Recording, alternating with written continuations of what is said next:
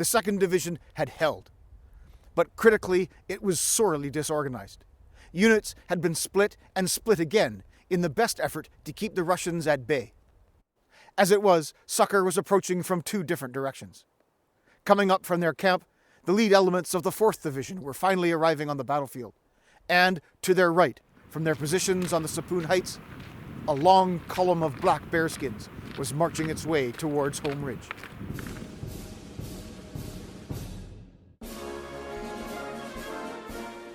I might remind the viewer that this is part 4 of the series on the Battle of Inkerman. If you have not watched the previous 3 episodes already, I might suggest that you do so, as they provide valuable background to the story thus far.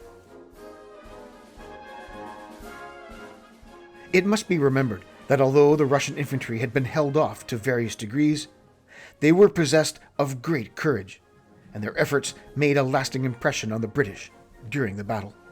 As yet, they were nowhere near spent, and their powerful artillery sought to regain the balance. The 2nd Division, largely unaided, had been in action for an hour and a half and had repulsed the initial Russian efforts on the Inkerman Heights. But new threats were emerging as the fog thinned and visibility increased.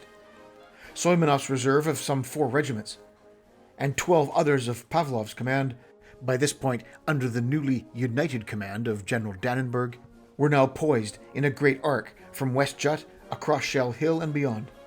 These were supported by a huge number of guns, 90 or so, that were positioned in a similar way. Great masses of Russians lay, too, in the low ground at the bottom of the Quarry Ravine and St. Clement's Ravine, the disorganized remains of earlier attacks. Things did not look like they would be over anytime soon. The 41st and the wing of the 49th had reformed near the sandbag battery, and the 30th had reassumed its position in defense of the barrier. The next Russian effort would fall on the British right. They were not to wait for long before they would again be in the thick of it.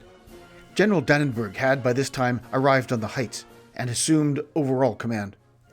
He decided that the next attack would be launched from Pavlov's command, numbering some 13 battalions in total. The Yakutsk, Okhotsk, and the Selenginsk regiments, as well as a battalion of sappers, made their way from Shell Hill across the upper reaches of the Quarry Ravine, and as yet were climbing the top of the Kitspur, upon which the sandbag battery lay. This developed into a 2-pronged effort. The Yakutsk regiment wheeled right and pressed to the barrier, whilst the other 2 continued on and took up the left of the attack. These confronted the reformed line of the 41st and the 49th.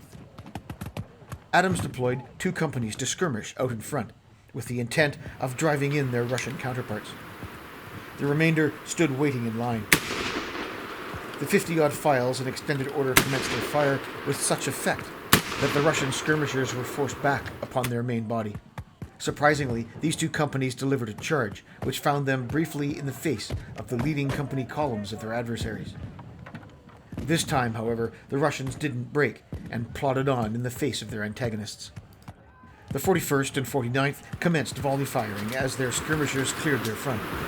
But even this considerable fire did not stop the 8 battalions facing them. It became touch and go, to the point that the Russians actually put hands on the color of the 41st.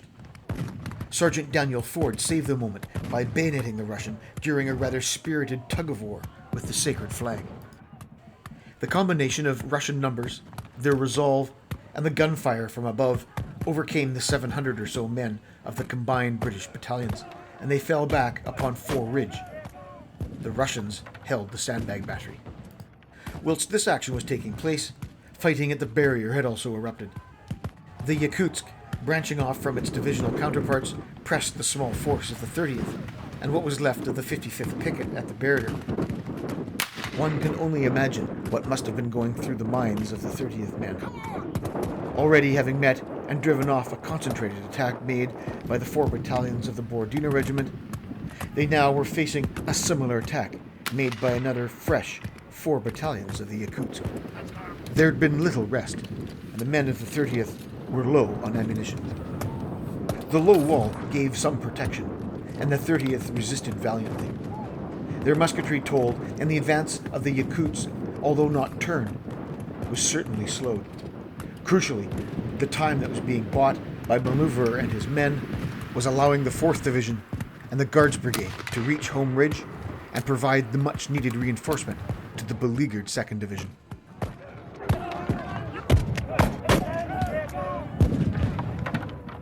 The 3rd Grenadier Guards, followed closely by the 1st Battalion Scots Fusilier Guards, had come up from their camp and had formed for their advance at Home Ridge. Perhaps a slight pause to examine in detail how this may have been accomplished. Now, there were many combinations of movements that could be used to achieve similar results, but here I have picked 2 evolutions from the book to illustrate. With the 3rd Battalion Grenadier Guards advancing in what was probably columns of sections at quarter distance for easy maneuver along roads or tracks, they would first have to form companies. This was achieved by simply having the lead section of each company mark time or halt, with the remaining 3 sections making a half turn to the left and marching obliquely onto the company alignment. The next step would have been to deploy the battalion into line. Now, a peculiarity of Army convention would see efforts made to keep the companies in their respective positions within the battalion construct. We know that No. 3 Company of the Grenadiers was at the right of the line on the day of the battle, and therefore was probably leading the battalion in the approach march. They would have to move to the right flank in order to maintain the order of things. To move to the flank, each company wheeled to the right in sections of 3s, on the command, 3s, left shoulders forward, quick, march. Each section of 3 pivoted to the flank, and then the whole marched off.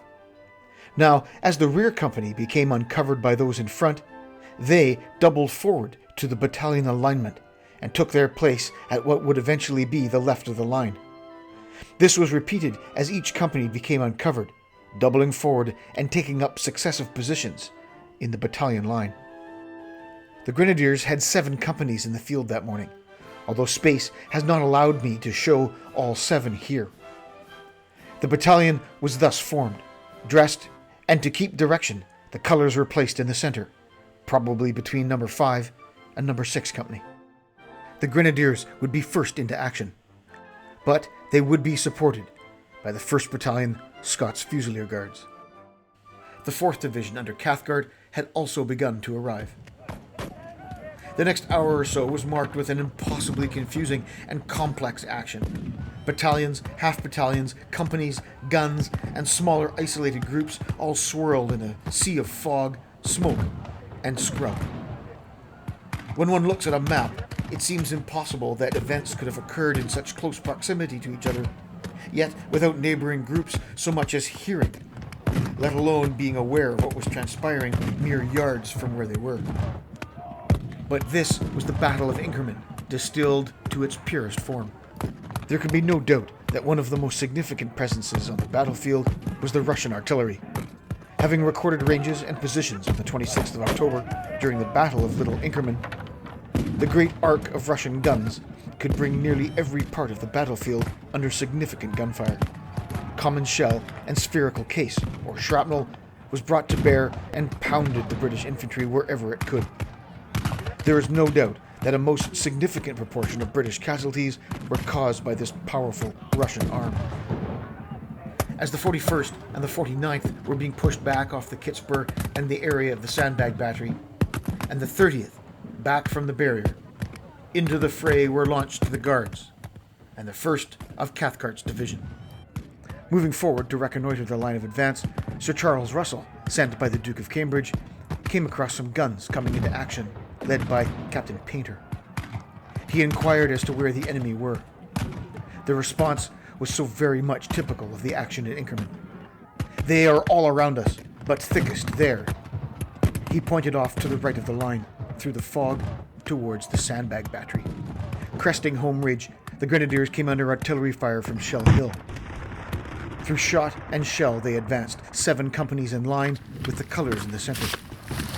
As they closed on the Sandbag Battery, they halted and made to fire. The previous night's rain had played havoc with their weapons. A great many were damp from the night before and misfired. Recapping their weapons, they tried again to little avail. The Russian fire, both artillery and musketry, began to tell, and the ranks seethed with frustration. It's unclear if any order was actually given to do so, but the battalion suddenly surged forward, bayonets of the front rank at the charge. Rushing in, the Grenadier Guards plunged into the mass of Russians, in and around the sandbag battery. The suddenness of the Grenadiers' arrival, combined with the fury of their near-spontaneous charge, effected an outcome out of all proportion to the numbers involved. The Sellingen's men, having just forced the 41st's hand, didn't stand a chance.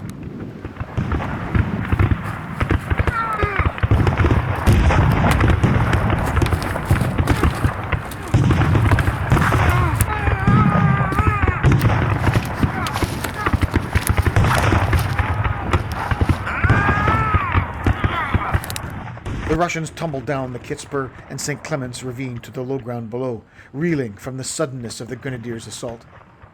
All the while remaining in control, the battalion reformed and pivoted upon their center to face east. Though the attack of the Grenadier Guards had been quite successful, they had been able to remain in check, clearing the area of the battery and moving to the top of the slope, but going no further. There, they busied themselves with chasing the Russians down the hill with their fire.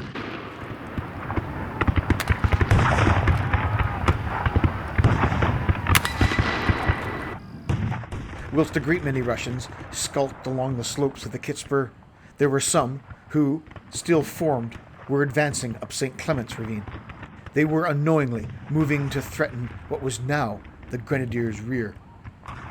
Colonel Walker of the Scots Fusilier Guards was leading his battalion, advancing to meet this considerable and potentially disastrous threat, when startlingly was diverted from his necessary confrontation by the terse command of the Duke of Cambridge, who, while not at his best under the stress of the moment, ordered Colonel Walker to form to the left of the Grenadiers as had originally been planned.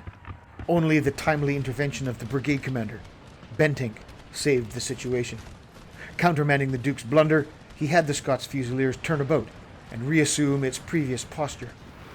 A sharp combination of volley and charge saw the Russians withdraw and the Grenadiers saved from a most perilous situation.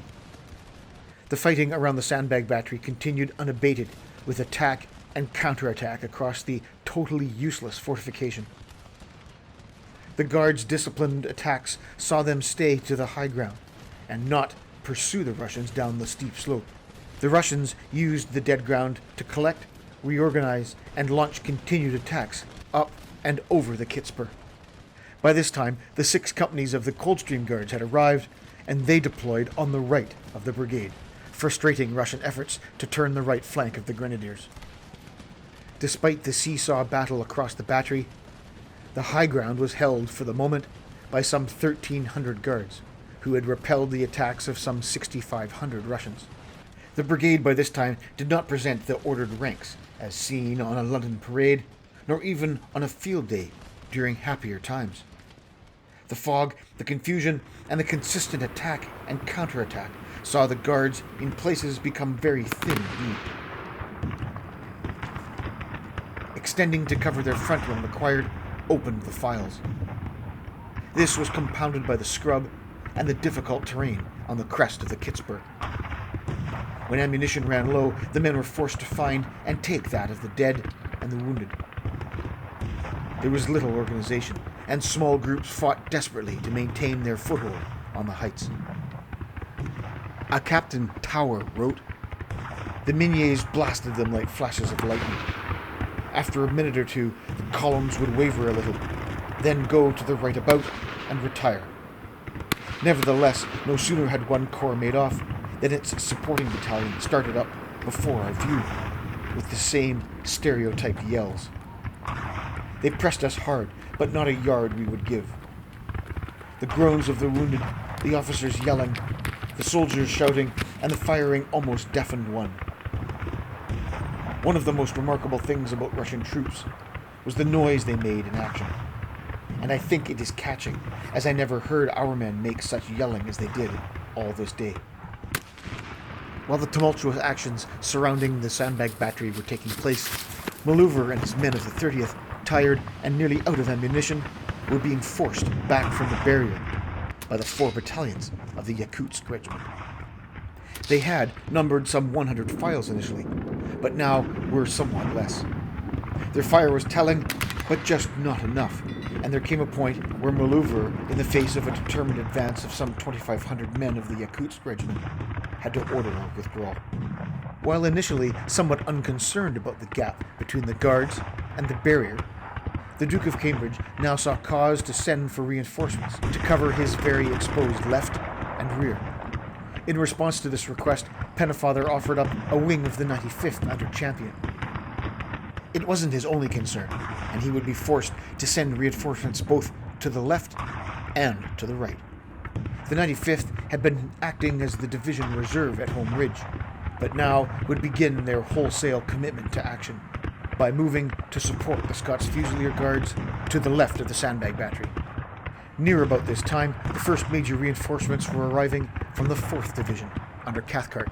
Cathcart detached a wing of the 1st Battalion of the Rifle Brigade and a wing of the 20th, who moved to the head of St. Clement's Ravine to skirmish with the Russians and to reinforce the Guards Brigade, respectively. In addition, the Bluecoats of the first arrived French were massing behind Home Ridge. Frustratingly, the 1,600 men of the 1st French battalions, having been ordered to Home Ridge, would not press on without orders from their presently absent chain of command, and remain formed in column behind Home Ridge for the moment, despite the enthusiastic and frustrated encouragement of Cathcart and Pennefather. The Yakutsk were proving to be successful in their attempts to drive back the men of the 30th. Tired and exhausted, they ran back across Home Ridge and collapsed behind the low wall. Immediately, the left wing of the 95th and the remaining wing of the Rifle Brigade battalion were sent forward to stop the advance of the Yakutsk. They formed to their front and commenced firing, halting the advance of the Russians. As was typical on the battlefield, the fog and general confusion allowed for the right-hand Yakutsk battalion to maneuver between the 95th and the 77th, posted at the top of the Mikrikov Glen. Through this gap, they were able to advance upon Home Ridge proper. Sleeping behind the wall at Home Ridge, the exhausted men of the 30th were spurred to life by the spirited commands of who probably was Pennefather. "Up, 30th! Up!" They grabbed their weapons, jumped over the wall, and saw the Russian battalion away at the point of their bayonets. The men of the Yakutsk had been beaten back, but they were not defeated. Reassembling behind the barrier, they would make another assault. Conferring with Pennefather, Cathcart then detached the bulk of his other brigade, Goldie's.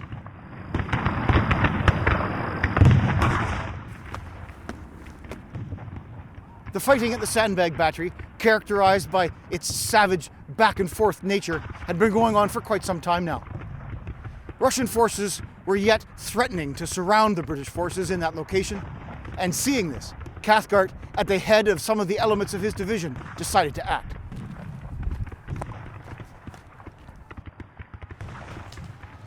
The Guards and their reinforcements from the 20th and the 95th were still locked in their savage struggle around the sandbag battery. When one looks at it, divorced from the desperate situation of the 5th of November, it's easy to see a paradox. The battery had been made to accommodate 2 guns to counter a threat from across the Chernaya. It is unclear if they actually were needed.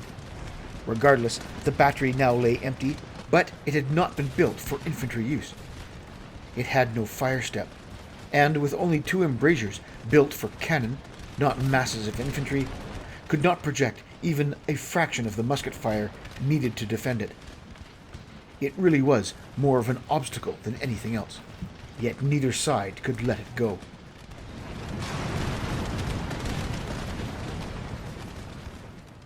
Cathcart ordered the remainder of Goldie's brigade, the remains of the 20th and the 21st and 57th, to reinforce the left and center.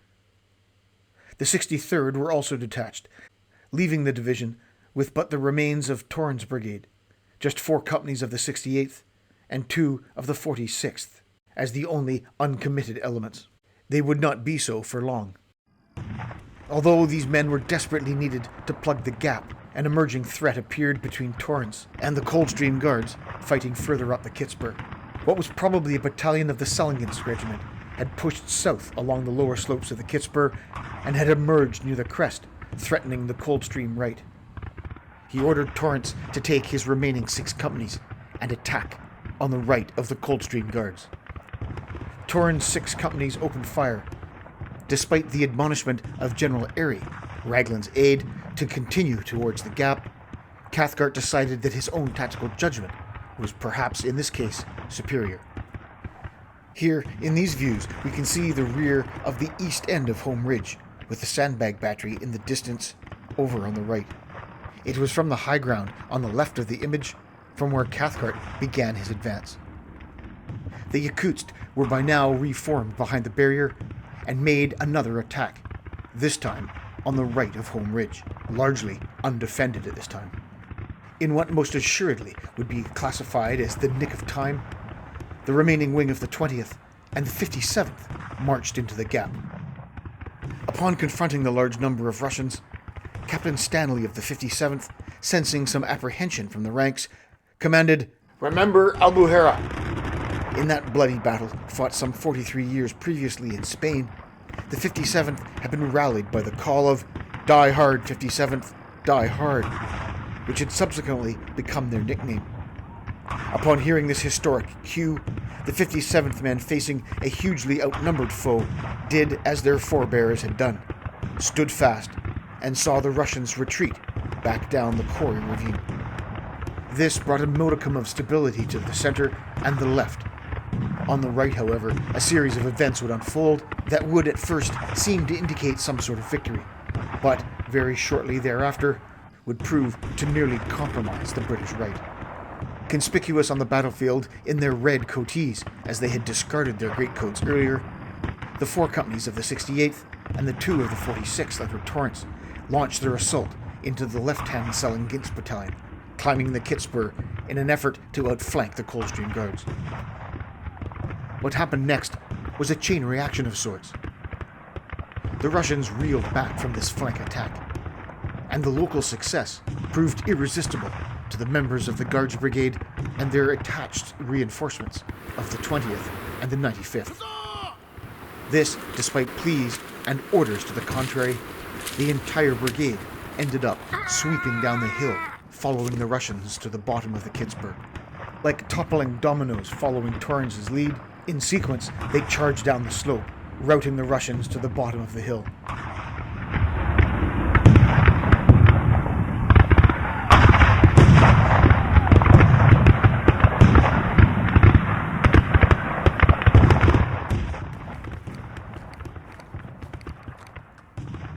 The situation all across the British line was far from secure. Impossible confusion reigned almost everywhere. Soon, the bluecoats and red trousers of the French would commit to battle and lend their hand to what had become a most desperate undertaking.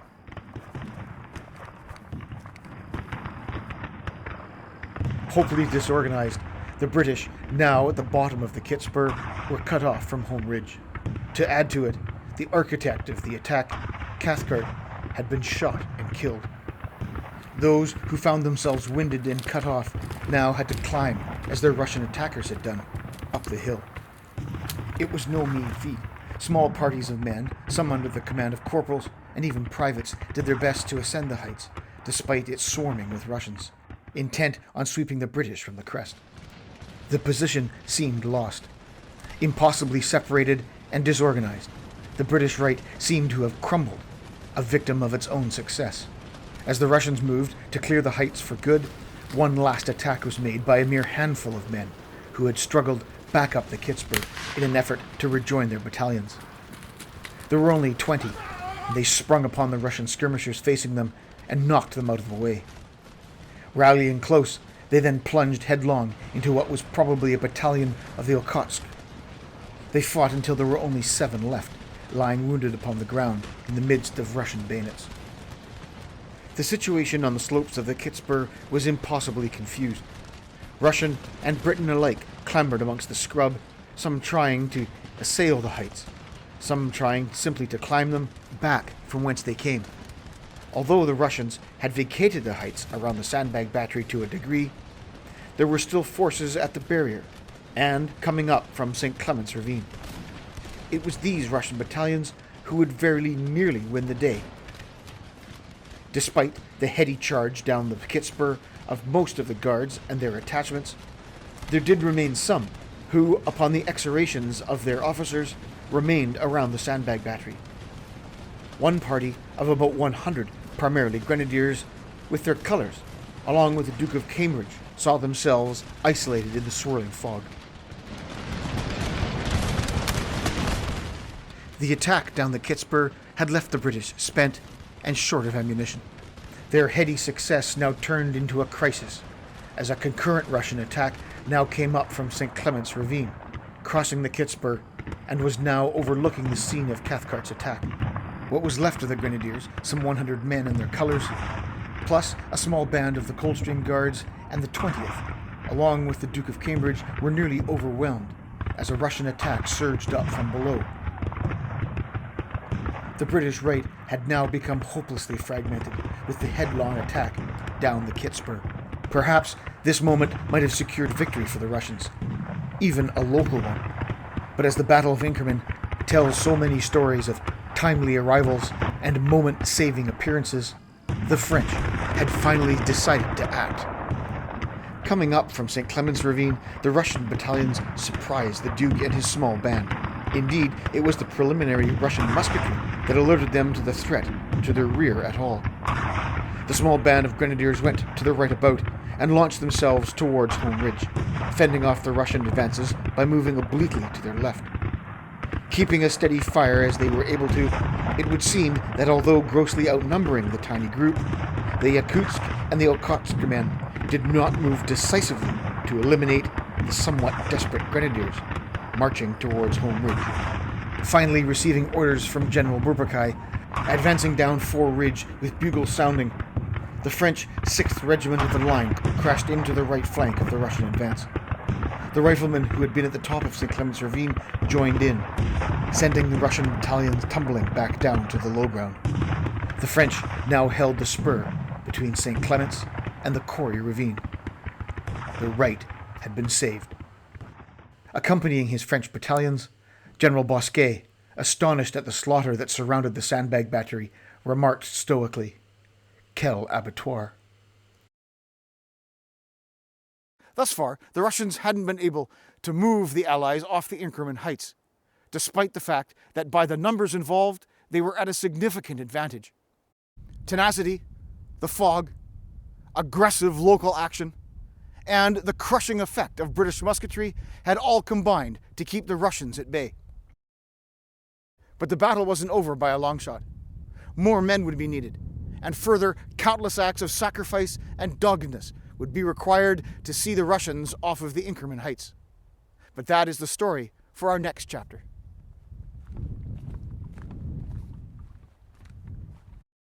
So this brings us to the end of part 4. In the next part, we'll examine the decisive counterattack on and subsequent defense of the barrier, as well as subsequent actions on the right. The many references used for this project have been mentioned before and include the works of Kinglake, Mercer, Small, and Barthorpe. It's been a long wait, some would say even an eternity, but finally the bearskin plume and valise plate sent along by Harry, a serving soldier in the Grenadier Guards, have been put to good use, as the Grenadiers, along with their Coldstream and Scots Fusilier Guards brethren, have played a significant role in this chapter. Again, thanks must be extended to Hugh Small for the use of his 3D imagery used to help create the maps shown in the video. The contributions of Patrick Mercer in print, photography, and insight regarding this impossibly confusing battle have been greatly appreciated. His very close ties with the 95th Foot in particular lend gravity to the anecdotes and accounts. If you're in need of exceptionally high quality and historic ammunition for your P53 Enfield, then stop by Brett's website, papercartridges.com. If you'd like to support the channel, please stop by our Patreon page. The link is in the description below. And for more information on projects and updates between videos, follow us on our Facebook page.